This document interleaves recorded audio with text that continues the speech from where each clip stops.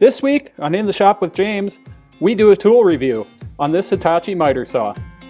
I needed a new one for the shop, so I thought I'd look for an inexpensive model that I could review and let you guys know what I thought, just in case maybe you're looking for a new one for your shop and don't have the whole bank to spend on one tool. Stick around, because we're also going to show you how to true up your saw and make sure it's cutting true 90-degree angles.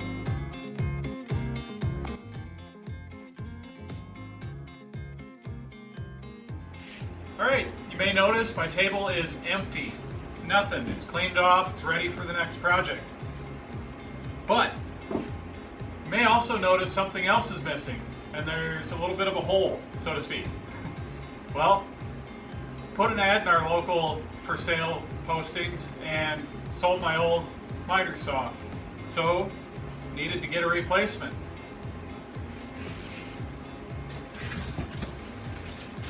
So we got this. Let's open it up and see.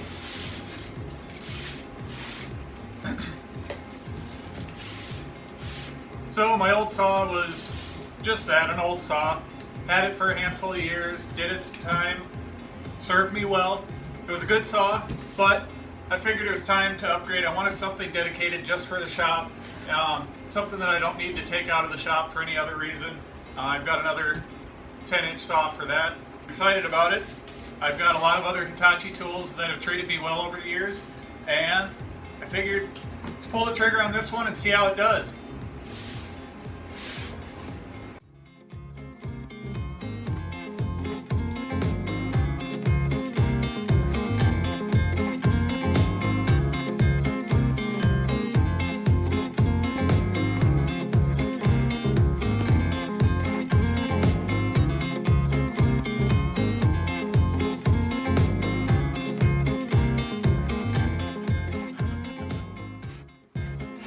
So as we get this unboxed and you get ready to use it, we're also going to go through how to double check, make sure your angles are true angles, so that you know what your settings are on your guide here.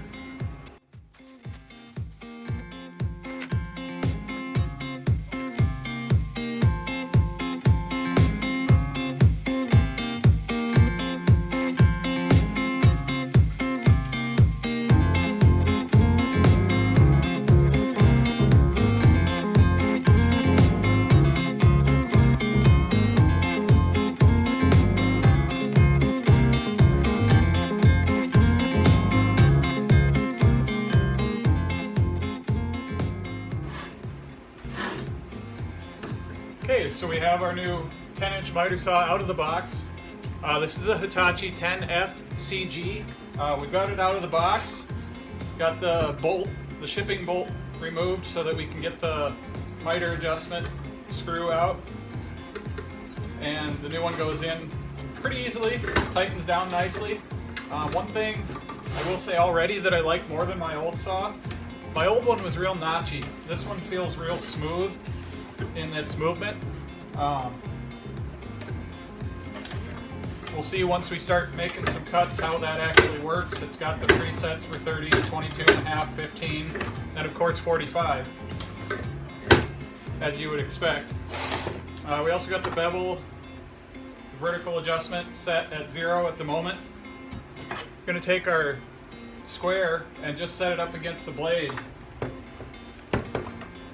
See that is a true 90, and for us it looks like we are just a hair off.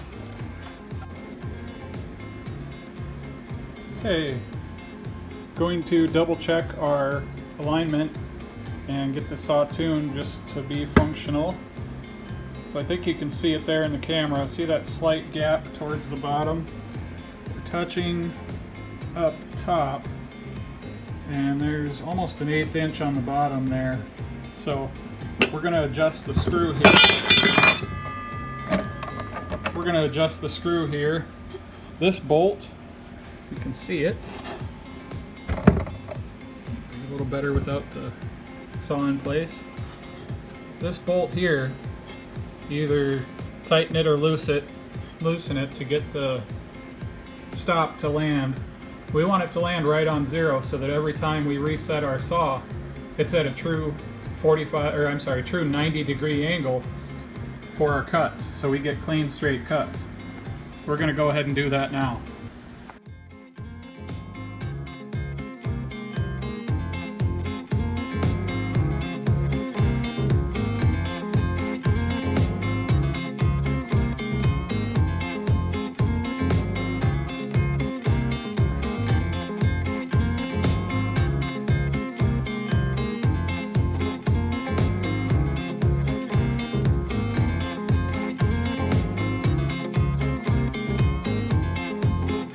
Do a little bit of back and forth with that.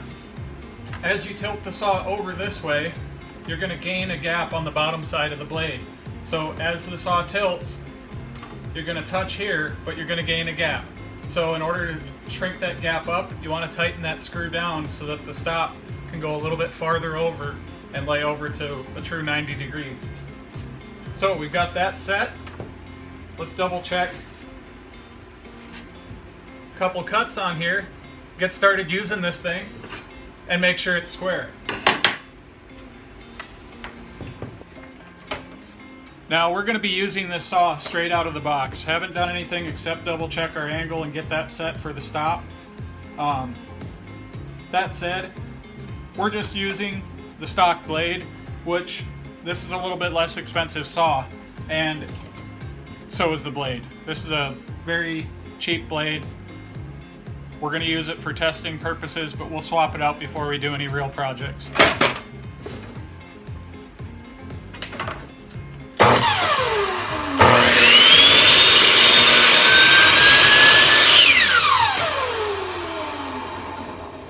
A little bit of tear out on the back side to be expected with that blade. Otherwise, very clean cut. So let's put it up against our square and see what we got.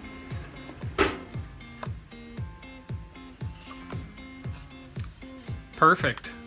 Right out of the box, we got a very nice clean edge there. Like you can see, no wood sticking up. I'll drop it down a little bit so you can see the white and how it's even across. There we go. So that's good. Let's go on.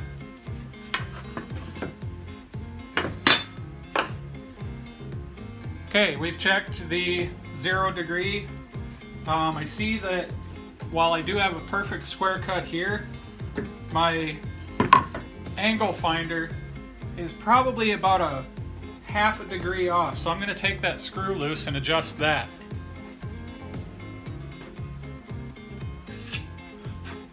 So since we know that we're cutting a true 90-degree angle right now, I want to make sure that my angle finder is reading accurately for future setup and angles.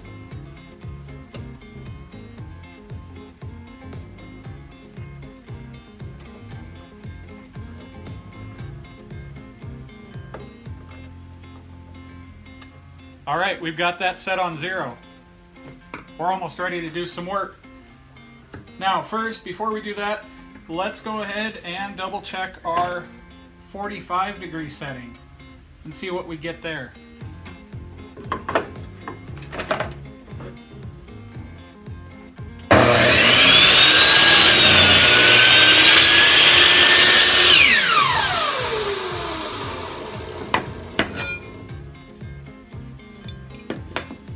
Okay, this being a 1x6, it will not cut all the way through, just so you know. And we set our angle on. That is perfect. So, we know that our angle finder is reading true dimensions as far as our angle. That's good out of the box. Just needed a slight adjustment there to the viewfinder angle pointer. And we're talking like a line width, maybe a touch more than that. So that wasn't very far out of the box to be off.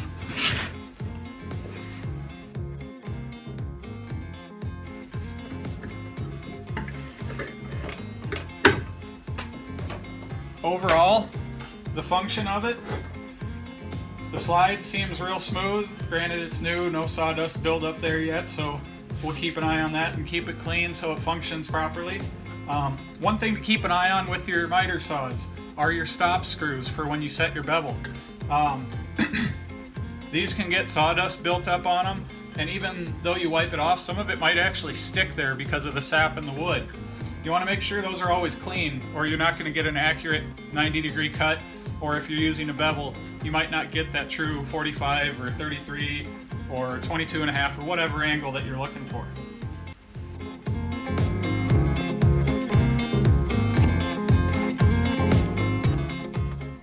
All right, that screw's set. We're good to go, do some testing.